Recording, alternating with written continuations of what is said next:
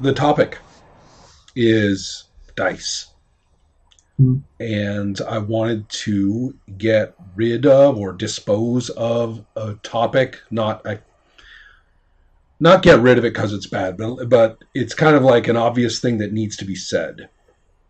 We might even have to revisit it a little bit later, which is that clearly dice do different things in different games. And by that, I mean they are placed in different junctures of play. It seems like it's so standard that if your character wants to hit another character, you roll dice. And that's a given, and then anything that is considered to be like hitting someone, you roll dice for that too. Unless you don't. And that's it. That's what dice are for. That's sort of the standard viewpoint. But in reality, we find that dice are used in many different ways. They can be used in setting up situations as part of preparation. They can be used as transitions from scene to scene, what happens next during play. They can be used as framing how other individuals react during a scene, and thereby completely altering what this whole situation is about. They are sources of bounce. And then the question is, where are we putting bounce, particularly of this kind? So far so good. You could have a game where you simply don't have you simply don't have roll to hit, but you are using plenty of dice in other ways. Right. So, and we've seen any number of these, but it is sometimes difficult to remember that, because that viewpoint that, okay, it's all about rolling to hit, and then whatever else we decide in play is like rolling to hit, then that's when we use dice too. But that's not actually what we observe across design. Now, there's another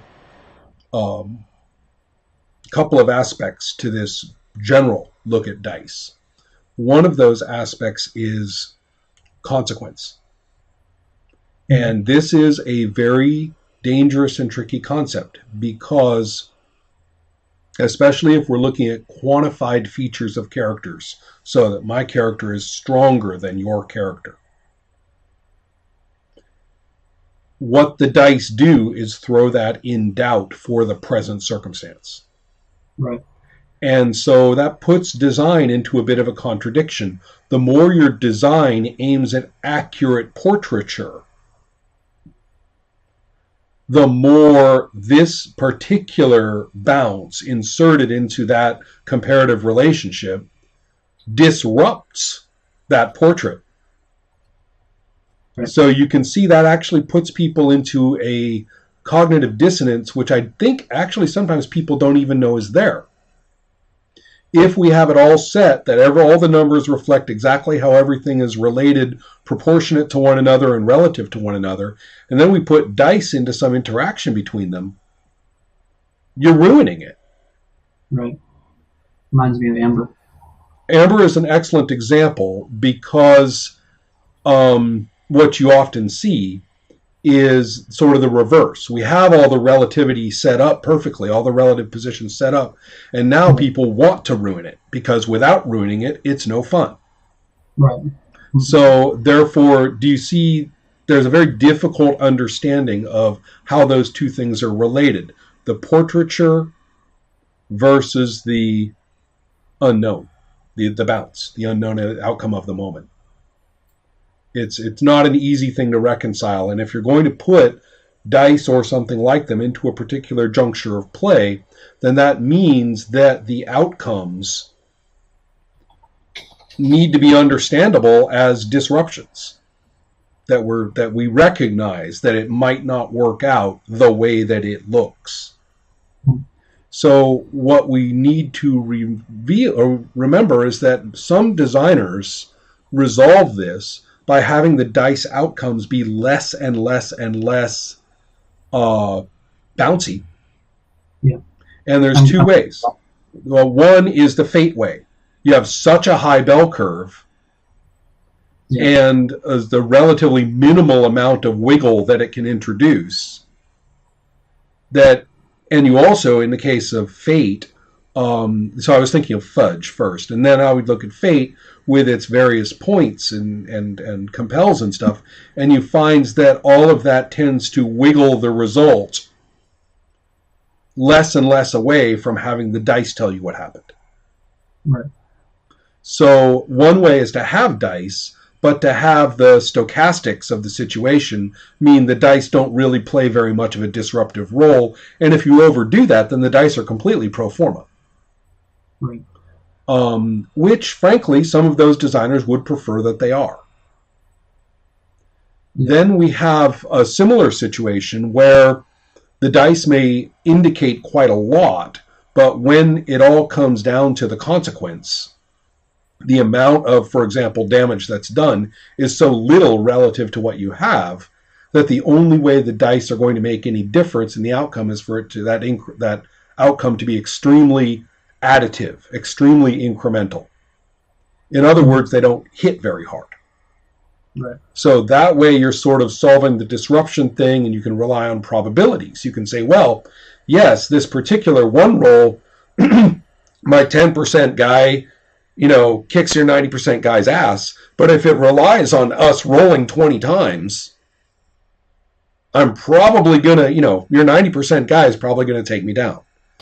The probability of such a situation doesn't differ, no matter how many of the rolls you do. If you're the 90% and I'm the 10%, the chance that you have of kicking my ass 90, is higher, period, even on one roll. Yeah. But if the consequences of each roll are small, so we're going to have a ton of rolls in this circumstance, and you've got the 90 going for you all the time, then the chance that the dice are going to interrupt that portraiture actually goes down. Right. It's not that the probabilities change, it's just that a single roll just isn't going to do the job. Right.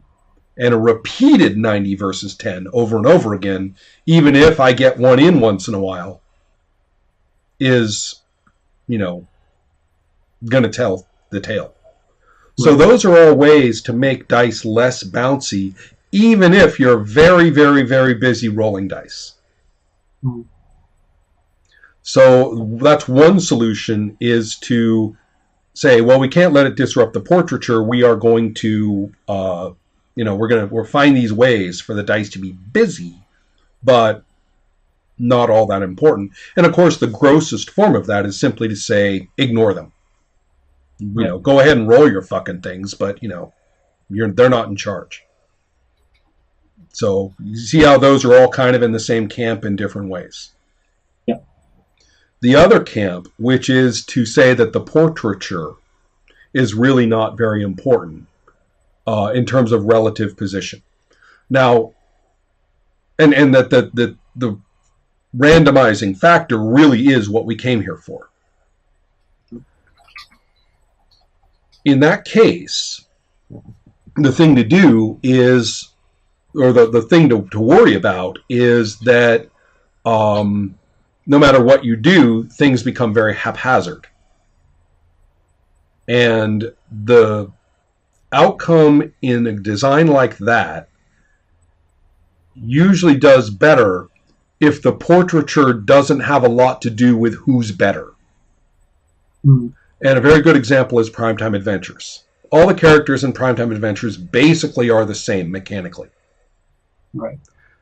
Certain circumstances will determine more than one die or card, depending on the edition, being used. More than usual or a little less than usual. Very, very minor change. What really makes the difference is the contribution of other players with fan mail.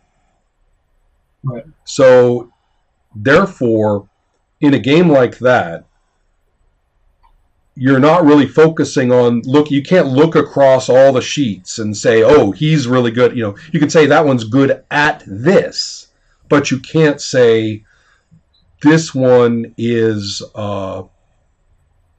is going to walk all over that one.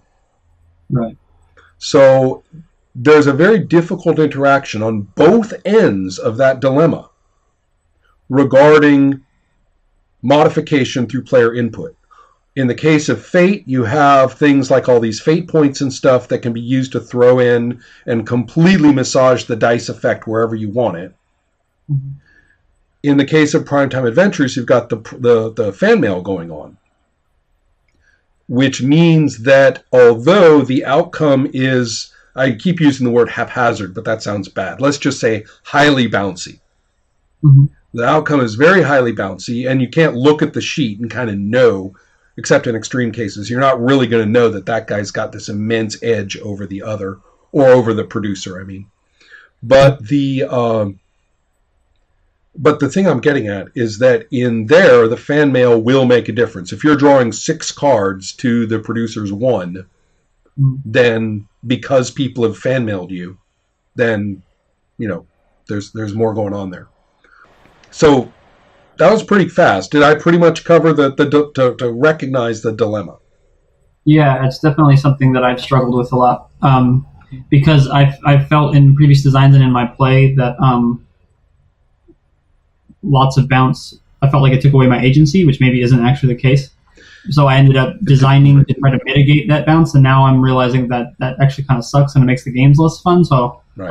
I want to find a way to have it. It is a very, very difficult dilemma approached from the position of principles, from the position of a stated fact, and then let's do that. Because, first of all, we don't have a lot of great modeling for it. Tables come to an accord with what things like dice do that is far more important than some statement. Like what does the system do? The system, well, you get lies. You get lie number 1, which is that the dice are the physics of the game world. The sort of we're just going to set it all probabilistically. Right. And we're just going to run the probability. It's a simulation. We're going to probabilistically simulate everything, and then nothing can happen that we could disagree. We would all agree that it could have happened, and we're going to just do that. Yeah. That's one thing which some people feel so strongly they'll probably be upset that I call it a lie, but I think it's a lie. Yeah. And then there's the other kind of bogosity, which I abominate. I consider it one of the most fiendish lies in the hobby, which is the idea that you roll dice to resolve disagreement among the real people. That you agree what will happen, or you say what will happen, and I disagree. That shouldn't happen. And so we won't get mad at each other or devolve into a finger-pointing match. Right. We roll these dice, and we just know that you'll get your way or I'll get my way. I have not observed this in the history of role-playing. I have not observed this once at the table. You mean people disagreeing about what's going to happen in that way? And then rolling dice to resolve it, and everybody's moving along smoothly. Right. That simply doesn't occur.